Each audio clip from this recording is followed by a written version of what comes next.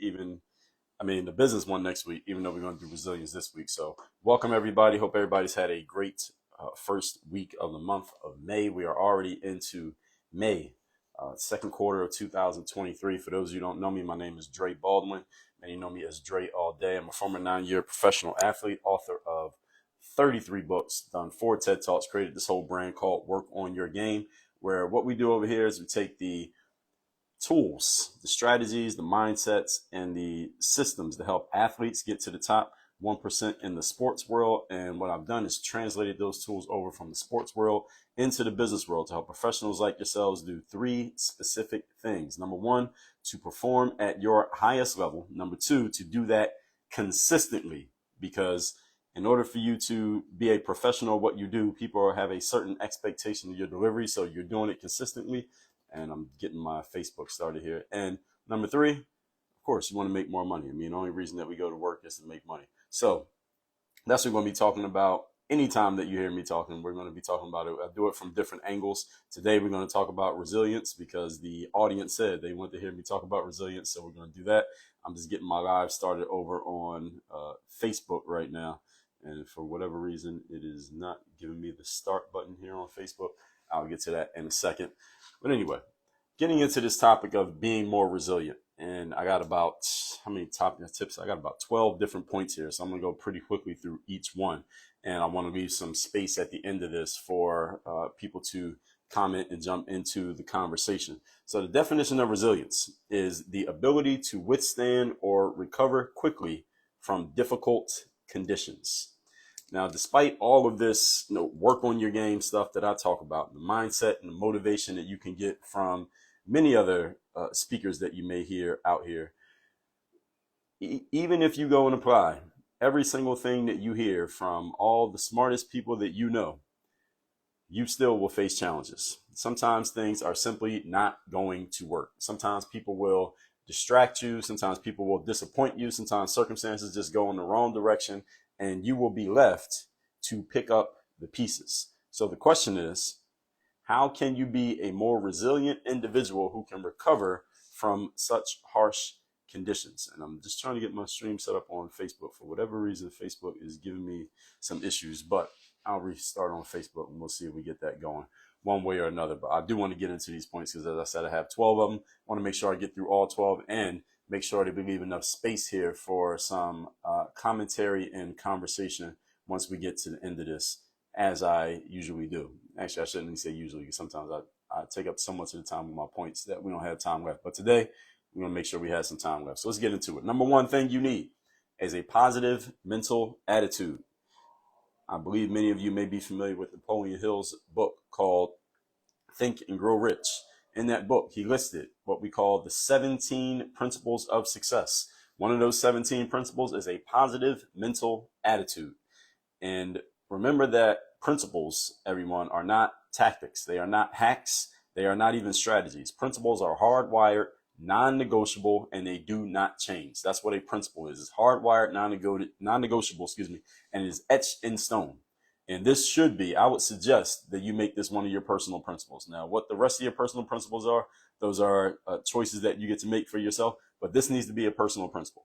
As a general rule, people with a positive attitude succeed more than people who have a negative attitude. People who have a can-do attitude usually achieve more than people who have a can't do, or here we go again, or I don't know how this is going to work type of attitude. Just a positive attitude, looking positively towards the future, optimistically towards the future. That does not mean you ignore when things are not working the way that you want them to work. It doesn't mean that you don't address issues that need to be addressed. When something needs to be fixed, you fix it. But a positive mental attitude is just having a positive outlook on how things are going and where they're going. And there are times that negativity can be used. You can use negative energy as long as you learn how to channel it in the right way. But the generally positive attitude usually outperforms the generally negative attitude. So the question is, because when it comes to a positive attitude, yes, it's good to be positive, but at the same time, if you have challenges going on, or there's some circumstances happening in your life right now that are not exactly where you want them to be, there's a question that comes up. What reason do I have to be positive? All right, why should I be positive? Having a positive attitude is much easier when you have some actual reasons for it. So here's a question for you. What are your reasons to be positive? And you should think about this. Ask yourself this question. And here's what you should do. You should open up Evernote or Google Docs or something digital, because this list will be expanding. And you should write this down. You should write down 100 reasons for you to be positive about you and your life and your circumstances and what you're doing and where you're going right now. You should write these down so that you have them handy. So anytime you need to give yourself a reason to have a positive attitude, you have it, because we all know things happen in life. You should have answers to this question at the ready, not in your head, but written down, so that anytime you need to refer to it, you can look at it and say, you know what, here's 100 reasons I had to be positive about my life. Here's 100 reasons I had to feel good about myself. Here's 100 reasons I had to feel good about my business. One of my books called The Mental Workbook, I help people actually go through this entire process of laying out these reasons to be positive for yourself in addition to other things. And once you write this down, understand it's not a one-time exercise. You don't write it down and never look at it again. You actually want to refer yourself back to this list on a consistent basis until you condition it into your mind, the reasons that you have to be positive about yourself, what you're doing, and where you're going. And it will change you subconsciously. And understand the subconscious mind controls about 85% of our thought process. Only 15% is controlled by our conscious mind. So it's not your conscious thoughts that are really directing your actions. It's your subconscious thoughts. So you want to start conditioning that subconscious. And the way you do that is by repetition. Point number 2, we are talking about resilience. How can you be a more resilient individual? Number 2, self-awareness. You need to be self-aware in order to be resilient, simply so you know which buttons of yours you need to press and when to press them. All right. The buttons that I press for myself are not the same as the buttons that Scott presses for himself, or the same buttons that Ramon or Jeff or TM or Megan or Araya or Mary Lynn press for themselves when they need to get themselves going. What gets me going on Wednesday might not be the same thing I need to get myself going on Friday. So you need to know yourself. The better you know yourself, the better you'll be able to push the button that needs to be pushed when it's time to push that button, when you need to move yourself to a certain action, get yourself in a certain energy, move yourself into a certain emotional, spiritual, mental space. Understand that not everybody is triggered positively or negatively by the same things. So to put yourself in your most productive state, understand that word productive is relative, because what's productive for me may not be the same as what's productive for you. And at different times, on different days, what I need to be productive at is different on one day than it is on Wednesday. So to get into your most productive state, some people like to think about rainbows, flowers, and things that make them happy, maybe like your kids or your puppy. Other people like to get themselves into a competitive mindset. They like to think about competing and winning and dominating the competition. Other people look for some externality that gets them going. Other people turn inward and think of something that only exists in their minds. So you have to know what works for you, and this is the inner work. This is part of your inner work for you to know who you are and what you're about, so that you know what buttons to push when it's time to push a button. You should know more about yourself, ladies and gentlemen, than you know about anybody else. After all, you do have to live with yourself all the time, 24 hours a day, forever. Even after everybody else is gone, everybody else is going home for the day, you still got to live with you. So you should be an expert in you much more than you're an expert in anyone or anything else. Number 3, we are talking today about how to be a more resilient individual. Number 3 trait you need is adaptability. Adaptability is a key skill of resilience, simply because things in life are always changing. We know the only constant in life is change, right? Change is the only constant we have. So to that end, you should be very willing and also able to adapt and adjust as necessary in life, because circumstances are never exactly the same from one time to the next. Even if you're dealing with the exact same people in the exact same place, a week later, well, everybody's a week older, a week smarter, and they're different this week than they were last week. All right. Who here, circumstances are different today than they were last Monday, even though we were all here last Monday. So circumstances change, people change, there's always at least some subtle change, if not a big change that has happened from point to point in life. All right. People don't even remain the same from one point to the next. For the most part in life, people just get older, fatter, and uglier, but that's a different conversation for a different day. Understand that resilience does not mean being obstinate and staying the same way no matter what circumstances you face. That's not what it means. It means you are able to bend to circumstance, you're able to adjust yourself, and you can make changes when change is necessary. Any of you familiar with Bruce Lee, the famous martial arts guy? And he also had some really good mindset stuff that he would share. What Bruce Lee said about water, he said, you put water in a cup the water becomes the cup. You put water in a bottle, it becomes the bottle. And water always adjusts to its circumstance. That's why water is known as the universal solvent, because wherever you put water, it finds a way to adjust. It finds a way to flow. It finds a way to adapt. So you want to make yourself into water in a mental, emotional, and spiritual way, so that no matter what's happening around you, you can always adjust to the situation. There are times in life when you can adjust the situation to your preferences. There are also times when you can't. You need to be wise enough to understand which time is which and which time is not which, and make adjustments, or make adjustments that you want to make to the external circumstance, or adjust yourself to the external circumstance. And there are times you will be able to do both, and there are times you won't have a choice and you will have to do one or the other. Point number 4, we're talking about how to be more resilient. Number 4 is the skill of optimism. This is connected to your positive mental attitude. And optimism is, by definition, hopefulness and confidence about the future or about the successful outcome of something. Optimism means looking at your circumstances and expecting a positive outcome. And remember if you've heard me talk about this before, if you haven't, I'll tell you for the first time. When we talk about expectations, in the long run of life, we usually get what we expect. Whatever you expect of yourself in the long run of life, you get it. I'm not saying that if you expect to make a whole lot of money, you should go run out and buy a lottery ticket from the 7-Eleven and you're going to hit the number today. That's the short run. In the long run of life, any expectation that you hold consistently, you're going to end up getting, whatever it may be. It can be positive, it can be negative, it can be neutral. So what happens with a lot of people in life, and the reason why many people, they may be listening to this right now and maybe questioning themselves or questioning me or questioning my point and saying, well, Dre, hey, I have positive expectations, but I'm not getting positive outcomes in the long run of my life. The last 10 years, I haven't gotten the positive expectations that I want. Let's address that. What happens with many people is they think they're holding positive expectations, but what you're actually doing is you're positive when things are working the way you want them to work. And then you're negative when things are not working the way you want them to work. And then if nothing's really happening, you're kind of in a neutral state. Your thoughts are neutral.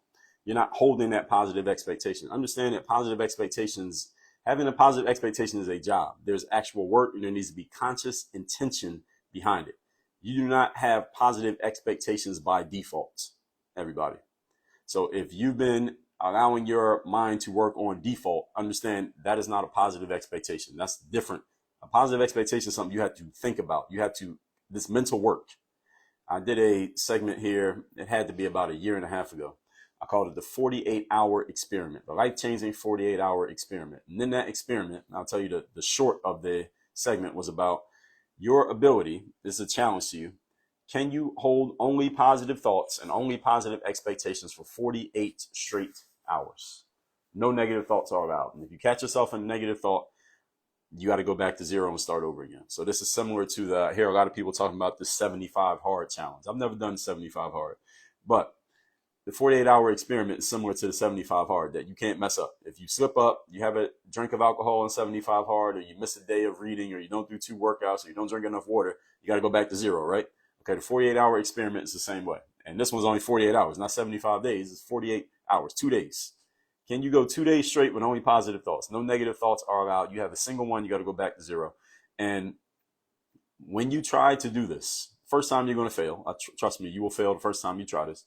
But as you try to do it, you will realize that, wow, only thinking positive thoughts is an actual job. It's actual work. Your brain will be sweating. I don't know if the brain actually sweats, but metaphorically, your brain is going to be sweating while you're trying to do this. And you will realize that only thinking positive things and not allowing negative thoughts through your brain is actual work. So when I say optimism, and I talk about in the long run of life, you get your expectations, and you're questioning that point and saying, well, I have positive expectations, but I'm not getting positive outcomes. Well, now I'm challenging you back. If you look at the outcomes of your life, they're a reflection of the way you've been thinking. Let's just look at your last 10 years. They're a reflection of your thoughts. So what happens with most people, contrary to what they think is happening, is that, again, you have some positive moments, you have some negative moments, you have some neutral moments. And if you look at your life, let's just look at your last decade, that's pretty much what you get. Now, If you're trending upward, even though you had some downs and some ups, but you're trending upward, that means you generally have more positive than negative. And if you're trending downward, then you're generally having more negative than positive. We just got to call things exactly as they are. And whatever expectations you have, that's where you're going to end up. Now, it will help you to have positive expectations if you have a positive reason to be optimistic. For example, and this is where the work comes in, because this is not just thinking, hey, everything's going to work out. I'm going to be great. I'm going to make a lot of money. I'm going to be in great shape. I'm going to be happy. It's not just thinking it and not doing anything to back up the thought. So, for example, if you are about to run a marathon next week, it'd be much easier to be optimistic about your performance in that marathon if you had actually trained for the race, right? Than if you didn't train at all, you just showed up to the marathon and just said, hey, I'm going to have positive thoughts about it. It'd be easier to be optimistic about how much money you're going to make in Q2 of this year if you've actually set yourself up to make the money. You know, you have the prospects lined up, you have the marketing set up, you have the products to actually sell, and you know what your sales process is, than if you're just saying you're going to do it, but you haven't done any of the pre-work ahead of time. You haven't done your homework, as we said. So the more you do your homework, the easier it is to have a positive expectation. This is why I tell people all the time, discipline creates confidence. The more disciplined you are in doing the pre-work, the more you have earned the right to be confident about the actual performance. And then you go out there and you perform and you verify the confidence that you had. You verify the discipline that you enacted. And now you can just use yourself as an example moving forward. So this is all part of the optimism. So optimism is not just, again, think positive, think positive, think positive. It's do the things that afford you the right to be positive. Then you go do them. You achieve your outcome. You verify and validate your positive thinking, and you validate the discipline that you had to earn that positive thinking. And now you have yourself as an example to use over and over again. You should put that on your list of reasons to be positive. And now you can keep referring back to that. This programs your subconscious mind. As you can see, this becomes a cycle. It's like a flywheel. Once you get it going, it just keeps going and going and going. That's how optimism actually works, as opposed to maybe the way that it's been bastardized and taught to many of us. You want to have a real reason to be optimistic. So being optimistic alone is not the goal. When you do work that affords you the right to be optimistic, that's the better process. So that's point number 4. Number 5, we're talking here today about how to be a more resilient individual. Number 5, you want to have a network. So understand that being resilient is not just about you staring at yourself in the mirror and talking yourself into being a more mentally tough or resilient individual, even though that's part of it. A network will help you be more resilient. How so? Network means your relationships, your connections, and your people. Who are your people? A few years ago, I did some work for the NBA, National Basketball Association, and me and a few people from the league and a couple outside consultants, we went to every team in the NBA's minor league. It was called the G League, and they play in all these real small towns. So you're flying on these little tiny planes. And I remember we got caught in a snowstorm in Erie, Pennsylvania, where it's crazy snow. It's right on the Great Lakes. But anyway, one of the women who would speak there, her name, I forget her name, but anyway, she would always give this speech where she would talk to the gentlemen, the young men, players, about who their people are. She would say to them, who are your people? Like, who do you talk to if you want to talk about something other than basketball? Who sees you as something other than a basketball player? And she would ask them, who are your people? Who do you lean on when you need something? Outside of just, no, I want to grab more rebounds, or I'm trying to get called up to the NBA, or what's my next contract going to be? Who are your people? And it's the same question I want to pose to everybody in here. Who are your people? Who do you talk to when you need to talk about something other than your business, other than how much money you're making, other than where you're trying to go next in your career? Do you have any people? And I did an episode in my world, and I actually did a reel on this a few months ago, where I said, you do not want to be a lone wolf. I don't know if we have any lone wolves in here who are listening right now. Being a lone wolf is not desirable. You don't want to be a lone wolf. The reason why you don't want to be a lone wolf, and this tends to be, when I hear someone say that they're a lone wolf, this tends to be more males than females. But the reason why you don't want to be a lone wolf is, number one, you're cut off from information, because the only information you can access is information you can find on your own, and you're limited. Number two is the only time you can eat is when you kill something. You can't even benefit from the efforts of other people in the pack, because you don't have a pack. It's just you by yourself. And number three, you're isolated. Now, if you're ever attacked, if there's ever anything going on that you don't know about, it can blindside you, because, again, you don't have any other eyes and ears besides your own. So you don't want to be the lone wolf doing everything by yourself. When you have people, when I say people, that means people who are your friends. They have access. They have eyes and ears. They know things that you don't know. They can see things that you don't see. And let me add this in here. Information, folks, has been democratized by Google and I guess now AI, right? A lot of times people say, well, you know what, Dre, I'm going to go to this event so I can get a little bit more information on how to run my business. Or, you know, I already got I'm going to get more information from this over here or that over here. I'm going to read this book to get information. You don't need more information. Nobody who's listening to this right now needs any more information than you already have. Most of us have way too much information. We need less information rather than we need more. The real information that you need, if you're going to get information, does not come from books or the internet. It comes from human beings. And the information is not the same as the static stuff you get in the book. Anybody's book, even one of mine. The real information you need is you being able to call up one of your friends who's in the same industry as you, and they say, look, here's what I know is happening in this company. I heard that this thing is happening with this person, and this person's stepping down, and this company is going to merge with this company, and this person's leaving this group, and they're going to go over there to this group. That's the kind of information that you want. You want information to know what's going on, what's moving, and the things that don't get posted on the internet. That's the kind of information that you actually need. And you only get that through human beings. You only get that through your people. So that's why I asked this question. Who are your people? Your people have access to the information that you really need. It's not the stuff that's written in books or is found on the internet, because you can access that whenever you feel like it. And guess what? So can your competition. But when you have connections, when you know people, that's when you really have an edge. And the era that we live in nowadays, everybody, is the era of collaboration. There's no longer the information era. If you remember about 25 years ago, they used to have these commercials where they talked about the information superhighway. And they said, we're going to take all the information in the world, we're going to democratize it, it'll be in one place, and anybody can access any information at any time that they feel like it. Well, they weren't lying. That happened. Right? That did happen. Now, everybody has access to information. So you don't have an edge by having information. What you have an edge in is having relationships, having connections, having a network. If all of you listen to Ramon's segment of that started 90 minutes ago for an hour, what was he talking about? I don't know if he said this in so many words, but what he said was networks, people, connections.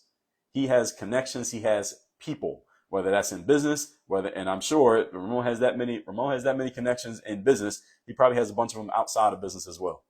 That's what we're talking about here. Who are your people? Your network allows you to be a more resilient individual. A lone wolf, when they're facing a challenge, they got to do everything on their own. They got to figure everything out by themselves. And if they don't figure it out, they got trouble.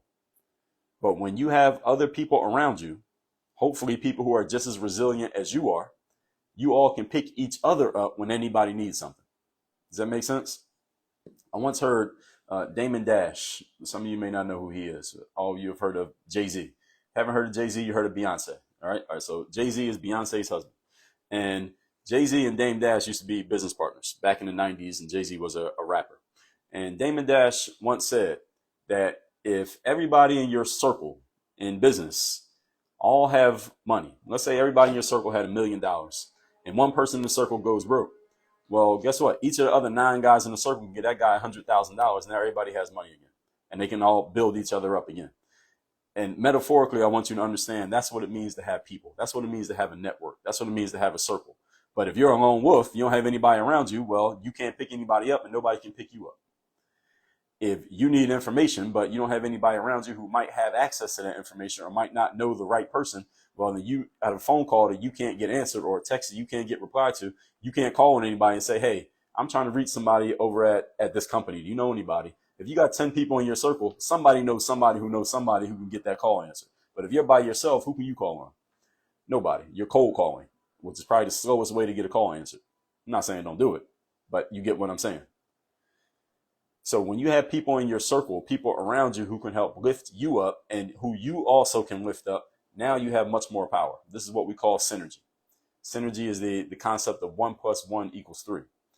Napoleon Hill also talked about this in Think and Grow Rich, is the concept of the mastermind. The concept of the mastermind is simply when you put 2 or more people in the spirit of perfect harmony working together, they create an additional mind that only exists when the group comes together. So if you have 5 people together and they're working together, they create mind number 6. You have 10 people, they create mind number 11. You got 2 people, they create mind number 3. It only happens when the people are working together. That's what synergy means. But you can't create synergy by yourself. I don't care how hard working, how determined, how smart, how successful you plan on being or already are. You cannot do this by yourself. And if you look around on social media, you look around at your friends, you look around at the most successful people you know, ask them about this concept. Ask them how connected they are. Ask them how many relationships they lean on and they depend on in order to get business done. I guarantee you most of them are going to say the relationships matter more than the information and the knowledge and the skill and all the hard work that they do by themselves.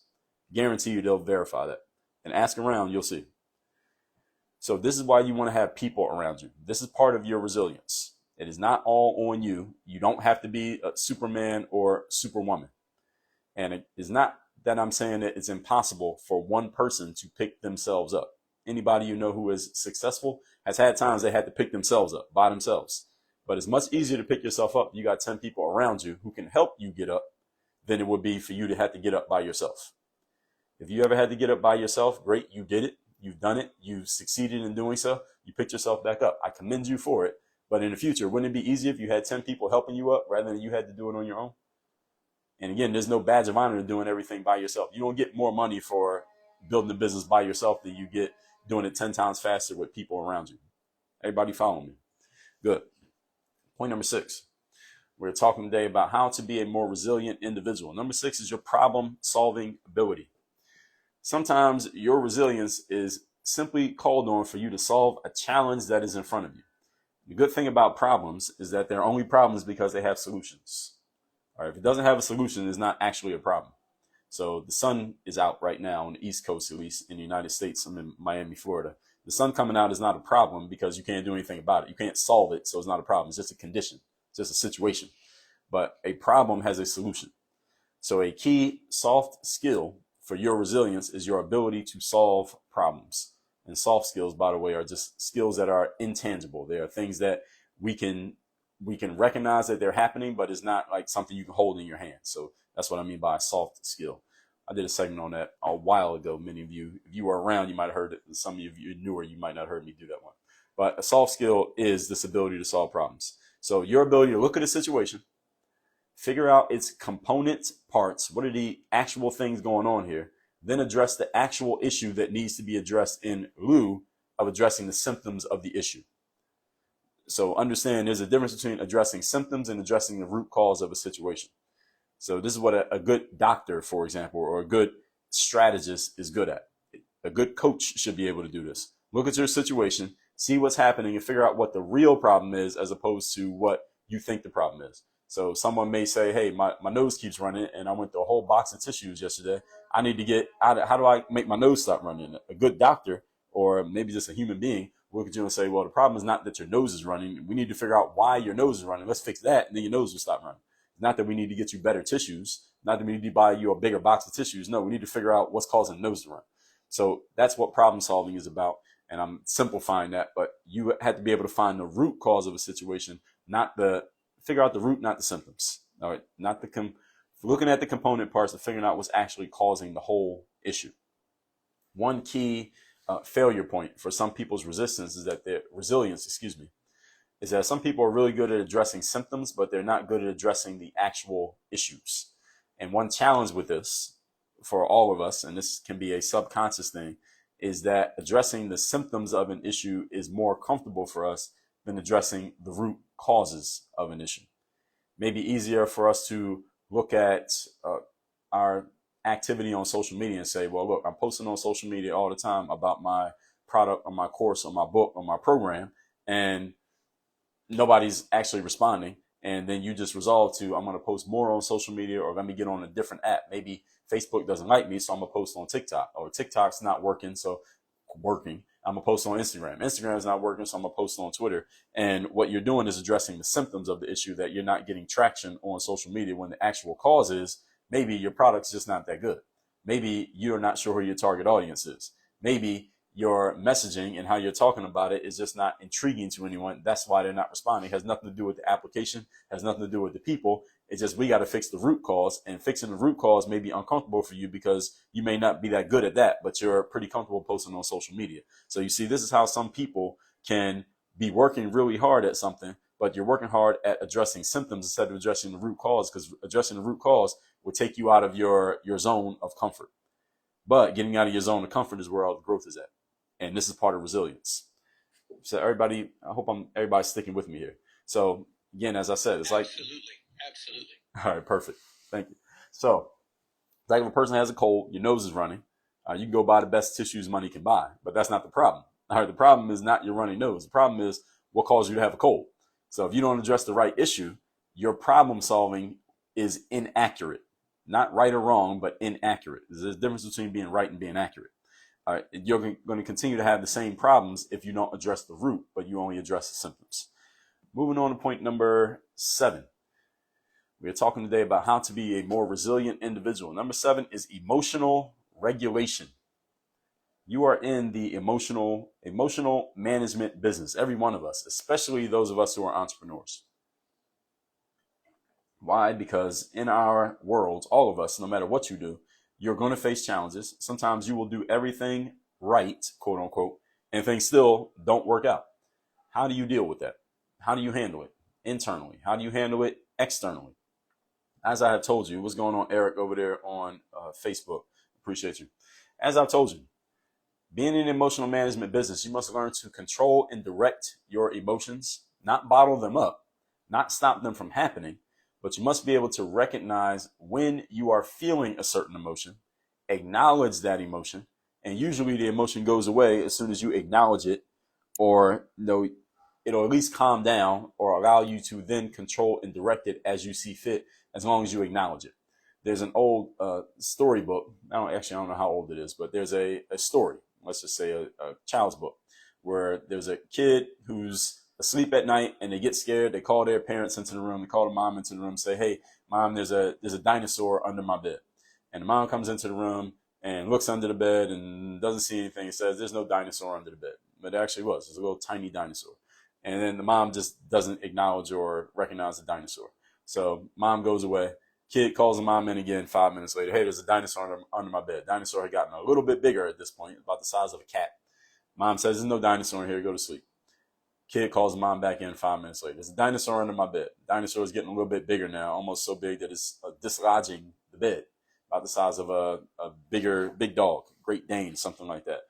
Mom says, "No dinosaur under the bed." And this goes back and forth. So the dinosaur is so big that the dinosaur has filled up the room and is almost the size of the entire house. And finally, the mom says, "Oh, you know what, son or daughter, you're right. There is a dinosaur under the bed." And as soon as they acknowledge that the dinosaur exists, the dinosaur shrinks and goes away. This is kind of how our emotions work. As soon as you recognize the emotion, just recognize that it's there, not make it go away, but just recognize it. It will calm down and stop flaring up, and then you can direct it and channel it as necessary. This is emotional regulation. I'm very much simplifying this, but you have to have this ability to control your emotions. Again, you can't bottle them up because then they'll just explode on you. You don't want that. But you don't want your emotions controlling you. You have to learn how to control them. And the best way to control them is to acknowledge that they exist. You acknowledge them, they will allow you to handle them as necessary. But if you're not good at controlling and regulating your emotions, what they do is they take the steering wheel of your vehicle and they'll drive you straight into a brick wall. And a metaphor that I am fond of sharing is that emotions are great gas pedals. They are terrible steering wheels. You never want your emotions driving the wheel of your vehicle because they will go steering you all off course and all out of place. You can use your emotions as the gas pedal. Once you decide with your logic and rational thinking what direction you're going, again, picture the steering wheel of your car. You turn the car where you want it to go, then you press on the gas because you know what direction you're headed in. But if you let your emotions grab the steering wheel, you'll be going all over the place. You're going to skid out of control, and you don't want to end up like one of those of you old enough to remember the crash test dummy vehicles, crash test dummy commercials from back in the day. You don't want to be one of the crash test dummies. Crash test dummies is what you become when you let your emotions grab the wheel. You don't want that to happen. It's like driving drunk, but worse. Resilient people are able to control their emotions, especially in a challenging or difficult situation. It's easy to control your emotions when everything's pretty neutral and normal. But when you're in a challenging situation, you got to be prepared for doing this. And again, when you do your homework, you'll be ready for this when it happens. Point number 8. We're talking today about how to be a more resilient individual. Goal setting. Set goals. Resilient people not only have goals, but they can keep their eyes on those goals even when the situation looks like they will not even be able to sniff the goal. When they look so, it seems like they are so far away from ever reaching that goal, they are able to keep their mind on that goal and keep their eyes on that goal anyway. And all of these other pieces that we talked about, the first 7 points and the last 4 that I'm going to share after this one, all contribute to your ability to do this. So each one of these points that I'm sharing here are supported by all the other points. So can you keep your eyes on the goal even when it seems like you are so far away from reaching it that you're like, a logical person might look at you and look at your goal and say, all right, how dumb do you have to be to even think you can reach that goal? All right, a resilient person can do it. This is why having goals matters so much, and why I've always been adamant that if you don't have a goal, you can't score, right? We all understand that. You're playing a sport, there's no basket to score on, you can't score any points. You can't win without scoring points, and if you can't score points, there's no goal, and if you don't have goals, you can't win. Therefore, you have no choice but to lose. So focusing on your goals can be a great way to deal with a challenging situation, as it refocuses your mind on the thing that you do want instead of the challenge that you may not want. And as a general rule, again, it's not that I'm telling you that you should ignore your challenges, but in the long run of life, we usually get what we focus on. What we focus on, we create. So when you're in a challenging situation, it's not that you ignore the challenge or whatever it is that needs to be dealt with. It's that you acknowledge that the challenge is there. Then you get refocused on, okay, what's the goal? What's the outcome that I want to get to? How do I work through this challenge in order to get back on track to my outcome? Focusing on your goals helps you do that. Again, this does not mean ignore your challenge. It's just focus on where you want to be. To give you an example of this, when I was 16 years of age, I tried out for my high school basketball team for the 3rd time. This is my junior year. Did not make the team. So I got cut from the team 3rd year straight. I had not played a year on the high school team at that point.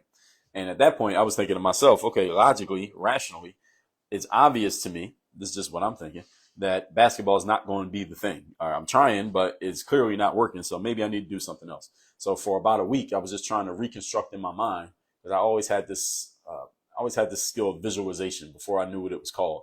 I'd always try to visualize, where am I going to go? What am I going to be? What am I going to do next?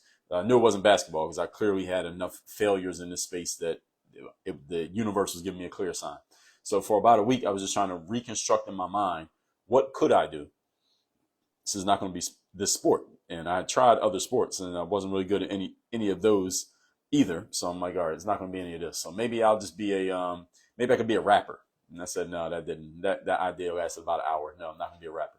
Then maybe I could be just a really good student, and I could just excel at school. And maybe I could do something that I could reap the benefits that come from that. And I said, no, that's probably not going to happen either. So after those 2 ideas, I didn't really have too many more ideas. So I kind of languished for about a week.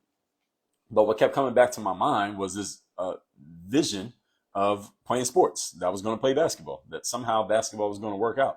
And I was questioning this, because I'm like, okay, well, I already got all this feedback from reality that basketball was not working. I just did not make the team for the 3rd year straight. But the vision kept showing me, hey, basketball is going to work out. So I went and played for a local team in my neighborhood that year. And then next year, I came back to basketball, played for a local team that year. Next year, did finally make my high school team. Didn't really do anything on the team that year, but I kept going, kept working on my game, kept getting better, and the rest became history. Played in college, played pro, etc. The whole point is, the only reason that I continued to even try with basketball is because when I had decided consciously this basketball thing is not going to work out, my subconscious mind kept giving me this signal that no, basketball actually is going to work out. You just need to give it another shot. And that was at a point that most people, and literally in my neighborhood, the community I come from, most of the young men, they try out for their basketball. Almost all of us played basketball at some point, but when we see that it's not working, most of them just stopped trying. I just kept trying, and that's the reason why I ended up working out, because I kept showing up. I was delusional enough and dumb enough, despite the feedback I was getting from reality, to keep trying on something that seemed to not be working. And most logical people around me, the kids, other students, other players, my peers, said, well, Dre, you see what's happening, or why keep trying? I was dumb enough to keep trying anyway, and that's why I kept working. So having the goal in place, I had planted that goal in my mind subconsciously. I said it enough to myself that my subconscious mind had taken over. So even when my conscious tried to say, forget about basketball, my subconscious said, no, You're going to stay on this. And that's the only reason why I kept trying. The only reason why the rest of it became the rest of it. So again, your subconscious mind, when you direct it towards an outcome, all of your powers are harnessed towards moving you to that thing, even when the situation says, probably not. Subconscious mind is stronger than the conscious. Point number 9. We are talking about how to be more resilient. We got 4 more points here, so I'm going to get through these pretty quickly. Number 9, self-care. Self-care can take many forms, but self-care is basically anything you do to actually take care of yourself. Simple enough. For some people, that can be listening to your favorite songs. For others, is taking a walk on the beach. For other people, it's going to the gym, letting off some steam through a weightlifting or kickboxing class. For others, it's to sit down and read a book. For others, it can be to meditate and take time to think. The more the stuff that you do to take care of yourself, the more yourself will be ready to take care of you in a challenging situation. You get it? So the more you take care of you with self-care, the better you will take care of you when you need it. So the first 4 hours of my day, I start this segment at 8 a.m. on Mondays. I wake up at 3:45 a.m. First 4 hours of my day is self-care. So that's yoga, drinking water, meditating, go to the gym, get dressed. I'm not doing any kind of work stuff for the first 4 hours of my day. That's every day, even when it's not BWC. I start work probably around 7:30 or 8 o'clock every day, but 3 to 4 hours of my day is all self-care stuff. And I start the day with that. The reason I start the day with that stuff so that I can sit at a desk and get on cameras and get on microphones and get on computers and type. I can do all of that stuff all the rest of the day because I take care of myself to start the day. So myself takes care of me through the rest of the workday. So everybody following that. That self-care thing is a big part, especially for us entrepreneurs, because we make our own schedules and we can pretty much spend the whole day working. Most of us, if we wanted to, we can spend the whole day doing nothing if we wanted to. You need to make sure you're taking care of you. That's your mind, that's your body, that's your spirit. You know what you need. And you need to make sure you are prioritizing this. This should be on your calendar. This is not a nice to have. Self-care is not a nice to have. It's not an optional thing. It's something that you need in your life. Because if something goes wrong with you, yourself, then it doesn't matter what you got going on in business, does it? So it's just like if you take time to work on your body, there comes a time when you need to call on your body to perform a great feat for you, like running a marathon or lifting a heavy object. Your body will be ready to do it if you've done the work, if you've done your homework. I remember one day here in my building in Miami, there was a power outage with the whole building's power was out. The individual units, the condos, the power was good, but the building's power was out. So therefore the elevators didn't work. And I had to take the stairs. I was upstairs here and I took the stairs down to get out of the building because I needed to get outside. But then to come back, the power was still out. So I had to take the stairs up. And I remember taking the stairs up and seeing some of my neighbors who clearly don't do too much self-care when it comes to physical fitness. They were having trouble getting up the stairs. Why? Because they hadn't done their homework. All right, they hadn't done their homework and being in shape. Now, who could anticipate that the power is going to be out in the building? You got to take the stairs. But when I saw everybody on the stairs, we could tell who had done their homework and who hadn't. So the whole point here is not that you need to exercise just in case the power goes out in the building. You got to take 30 flights of stairs. The whole point is the more you take care of you now before you need it, if and when you do need it, you will be ready to take care of you. If you get what I'm saying there, catch that metaphor. So it's the same with your mind. It's the same with your spirit. You do the work to get your mind conditioned in a positive way. When you face a challenging situation, your mind is ready to handle it. And it's not some new thing to you. Number 10, mindfulness. We're talking today how to be more resilient. Mindfulness. Now, mindfulness is a term that has become newly popular. It's not new at existing, but it's newly popular. I'm going to look up the definition so we're clear on what exactly mindfulness means. Mindfulness is, by definition, a mental state achieved by focusing one's awareness on the present moment while calmly acknowledging and accepting one's feelings, thoughts, and bodily sensations, used as a therapeutic technique. Close quote. It's a big definition. It says a lot. It means focusing on the moment that you're in, whether in that moment, you're in your feelings, your thoughts, your energy, whatever happens to be going on, and maintaining your presence of mind amidst the turmoil of events.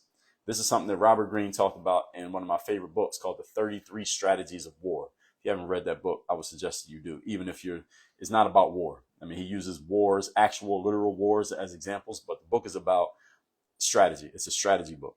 And he talks about maintaining your presence of mind amidst the turmoil of events, because some events will be surprising. Some events will shock you. Some events will knock you out of your zone. Some events will take you in a completely different direction than where you thought you were going. Can you maintain your presence of mind despite that? You never want to lose your mindfulness in that time. I make mindfulness and presence of mind, they are pretty synonymous. The way that I read that definition of mindfulness and what Robert Greene talks about in the 33 Strategies of War, they're pretty much the same thing. So that presence of mind, all right, all this stuff is going on. All these people are doing this. This person's saying this. You're getting this emails. These phone calls are coming in. These texts you got to respond to. You got all this business stuff you got to take care of. You got this full schedule today, and the baby's crying. The phone's ringing. You got to do this. You haven't eaten yet. How do you maintain your presence of mind amongst all of that? That sounds like, any of you who's into mindfulness, you can put in the chat here if that sounds like where mindfulness comes in, where it plays a role. Now, I have not done a lot of studying on mindfulness, but I have read the 33 Strategies of War probably 15 times. So the presence of mind thing is what I thought of when I was reading that definition of mindfulness. Moving on. We got 2 more left. Number 11. We're talking how to be more resilient. Number 11 is gratitude. Yes, gratitude. Now, you may be wondering, Dre, why would you want to feel gratitude in the midst of a challenging or difficult situation, especially one that you didn't even want, which is what resilience is about? Let me tell you why. You can feel gratitude for the fact that you are faced with a challenge, because, again, challenges usually preclude breakthroughs. Challenges usually preclude breakthroughs. No human life is without challenges. Is there anybody in here, you can put in the chat, if you have never been challenged in your life, you've never faced a challenge, you can put it in the chat and let us know who you are so you can be recognized. So when you're faced with a challenge, at least you know, worst case, you know, at least I'm alive. You know you're alive when you're faced with a challenge. Anybody who doesn't have challenges, we're usually arranging funerals for them because they're dead. Everybody else, we got challenges. Challenges usually make us better if they don't kill us. So you can have gratitude for that. All right, I know that I'm going to be better once I deal with this challenge, even though I don't know how I'm going to deal with it right now. I haven't figured it out yet, but I know once I do, I will be smarter, I'll be better, I'll be more experienced, and worst case, I'll at least have a good story to tell when I get done dealing with this challenge right here. Because as the saying goes, you're either in the middle of a challenge, you just got done dealing with one, or you're about to deal with one and you don't even know it. But we all deal with challenges. You can have gratitude for the fact that you were chosen by the universe to be the one faced with this particular challenge, because you are probably the person who is best equipped to figure it out and deal with it. That's why it was handed to you. You were given this challenge because you can probably handle it. Because if you couldn't handle it, you wouldn't have the challenge. If you couldn't handle it, then the challenge would beat you down and destroy you, and it would bury you, and it'd be over for you. But since you're going to get through it, you can be happy that you had it, because it's going to make you better. And challenge usually, again, comes right before a breakthrough. So what if, think about it. Think about the challenge you're dealing with right now. Everyone in here is dealing with something right now. What if somebody who had half of your level of resilience, half of your skill set, half of your knowledge, half of your ability had the same challenge that you have right now? What would happen to them as opposed to what's going to happen with you? They wouldn't be able to figure it out, but you will. That's why you have the challenge. See, it won't bury you, and you can have gratitude for the fact that it was given to you so that you could deal with it. You did it so other people didn't have to do it. As Jay-Z said in his song, Hove did that, so hopefully you won't have to go through that. Number 12, last one, resilience. We're talking how to be more resilient. Number 12, learning and growth. When you are faced with a difficult situation, you can learn from whatever led to that situation and grow from the fact that you dealt with it. So whenever you're faced with a challenging circumstance, you should ask yourself, what led to this? How did this happen? Is there something that I missed? Is there something that I didn't know? Is there something that I did not see? If any of you is not familiar with this author by name of, he's not an author, but he's a businessman, also an author, by name of Ray Dalio. He wrote a book called Principles. If you haven't read this book, I would suggest everybody read this book. It's a great book. And he's written some other books after that, but I believe Principles was his first one. And what Ray Dalio talks about in his book at his company, because he's a financial guy, investor, and he talks about in his company, anytime after a project is done or situation is done, he sits with his team and he asks himself the following question. Given what we've seen here, what did we not notice before this situation that we should have noticed before? Given what we knew before the situation, not after. Given what we should have noticed before the situation, what did we miss? What did we not notice? What did we not see? So they're basically looking back at the beginning of the circumstance and asking themselves, did we overlook something? Is there some part of the homework that we missed that caused us to not be as efficient as we could have been in this process? You should look at yourself the same way. So you go through a challenging situation. Hey, maybe 100% of that challenging situation was just sprung upon you and you did everything right ahead of time. And this just happened. Things just happen. Sometimes in life, things do just happen. But was there something that you didn't see? Was there some preparation, some preparatory work that you did not do? Was there something that should have been obvious to you that wasn't obvious to you that now looking back, you're like, damn, how did I miss that? You want to check though. You want to check yourself for those things because that will make you better moving forward. So the next time you don't make that same mistake. You want to try to figure out what did you do or not do that led to the situation that you didn't want happening in the first place. And ideally, you don't face that same type of circumstance twice in life because you should be smart enough the second time that doesn't happen again. So you level up to bigger and more formidable challenges, not the same challenge over and over again. Because in life, you will never be devoid of challenges. It's just you want to have higher quality challenges. So you shouldn't have the same problems over and over again. That's a key skill in resilience. And again, it's breaking down or debriefing after the situation, figuring out what did I miss, what knowledge should I have had before time, and then figure out what you should know now so that those circumstances don't happen again. All right, so I went through all 12. Let me just recap what all 12 of these are, and then I'm going to open up the floor because I have talked enough. We're talking about how to be more resilient, defined as able to withstand and recover quickly from difficult conditions. Point number 1, positive attitude. Number 2, self-awareness. Number 3, adaptability. Number 4, optimism. Number 5, having a network. Number 6, problem solving. Number 7, emotional regulation. Number 8, goal setting. Number 9, self-care. Number 10, mindfulness. Number 11, gratitude. And number 12, learning and growth. We got 6 minutes here. Who would like to add, ask, share anything on the subject? Mic is open.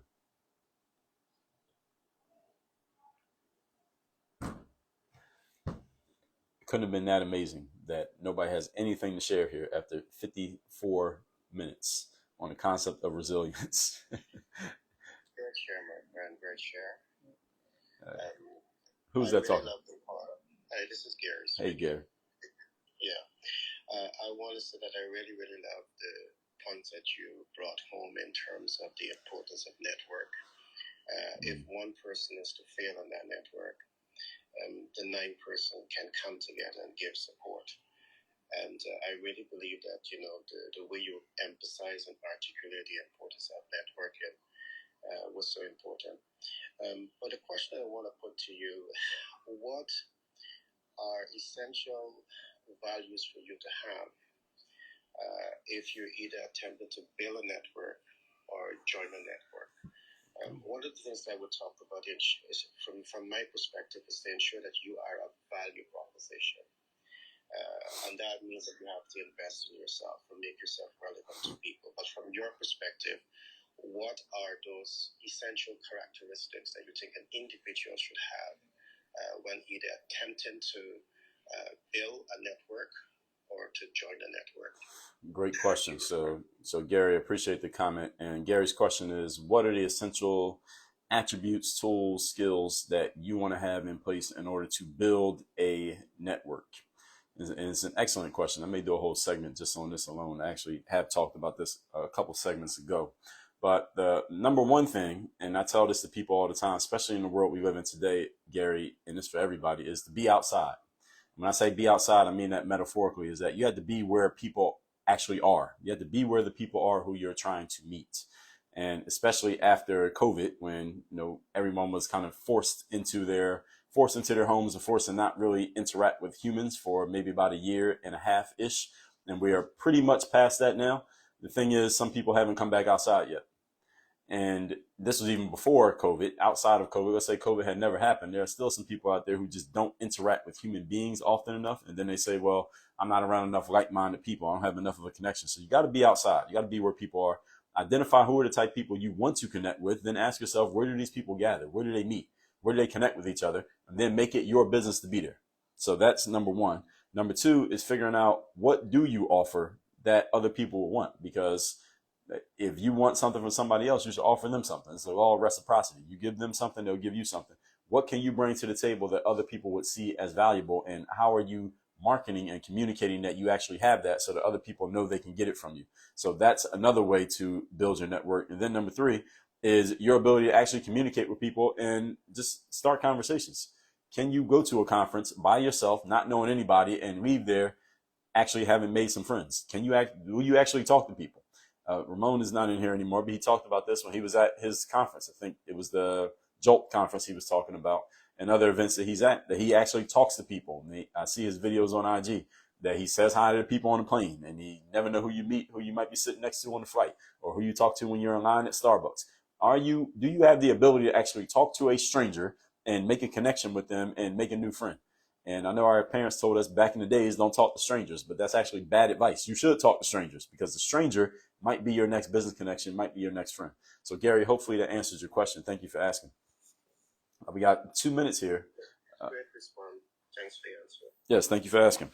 We got 2 minutes here. Anybody else on the topic of being resilient? Anything to add or ask or share? Nori over there on IG. I posted on some Work on Your Game podcast, so I'll give you the link. Who was that, Mikey? Hey, Dre, it's Marvin. Hey, Marvin. How you doing, my man? Excellent, I'd say one of the very few people that I haven't had a long conversation with off Clubhouse. Pretty much everyone else in the 2.5 years I've been rolling with Breakfast with Champions, I've kind of connected with. I definitely need to connect with you off platform. But I just wanted to chime in.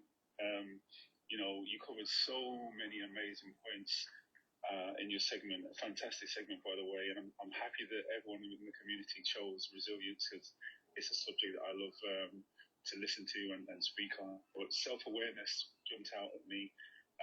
Your comments about self-care as well jumped out at me. Something that I definitely need to bring back to front of mind. That it's very easy to especially if you're the sort of person that's used to serving others, and if you're the sort of person that's used to always being that go-to person that people rely on, it's very easy to forget about yourself. And it's something that I'll hold my hands up and say that I've done or not done enough of in terms of self-care, and really making sure that I get enough sleep and get the right exercise, and not trying to cram too much into the day. So I love the fact that you touched on that.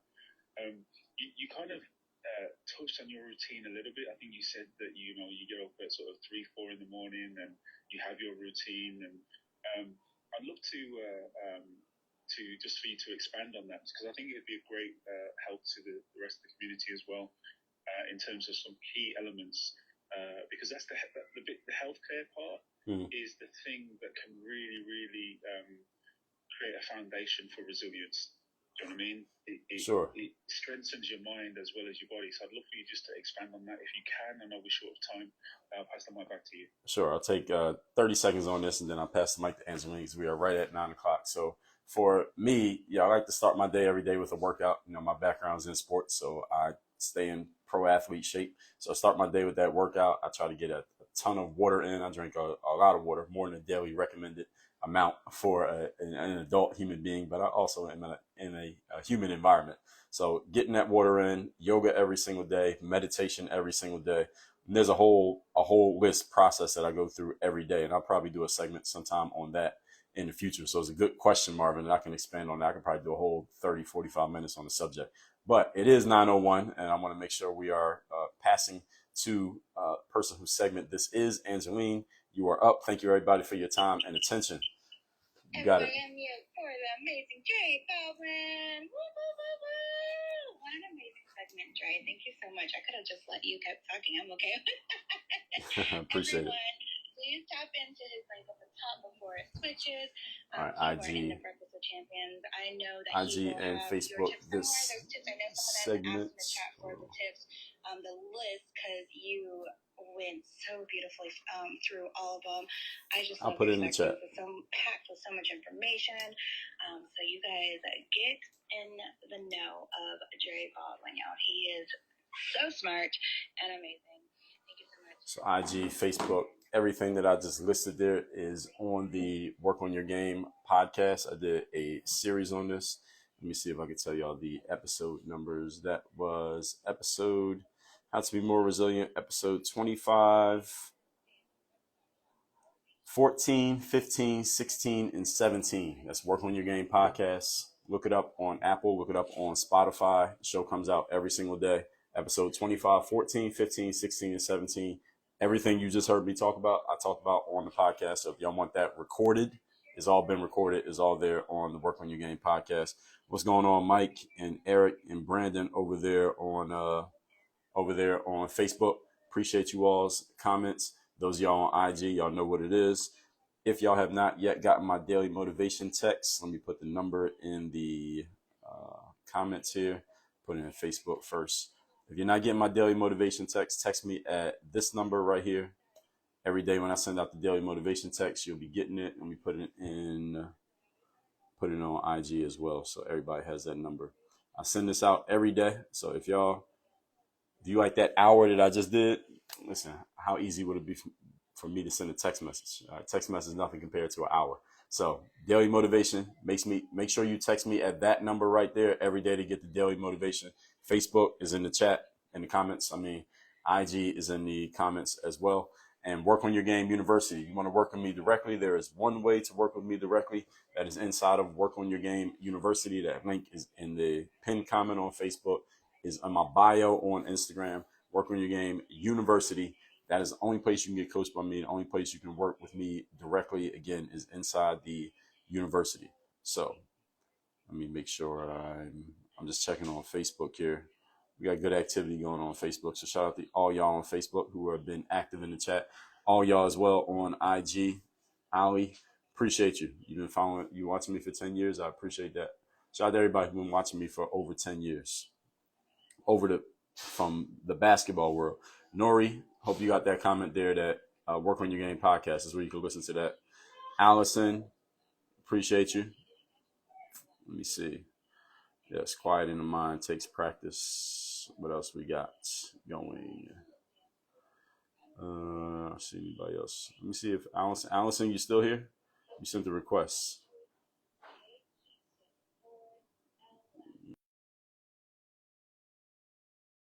If you still here. Let's see. Yes, podcast. Work on Your Game podcast. Look it up. It's called Work on Your Game. Comes out every day, free of charge. Apple, Spotify. Most of the listeners are Apple and Spotify. Also on SoundCloud too, but mostly Apple, Spotify. Spotify doesn't have speed control. I don't know why, but they don't. All right, everybody. So we wrapping this one up. Y'all have a great Monday. Y'all know I'm always outside, always active. Work on your game.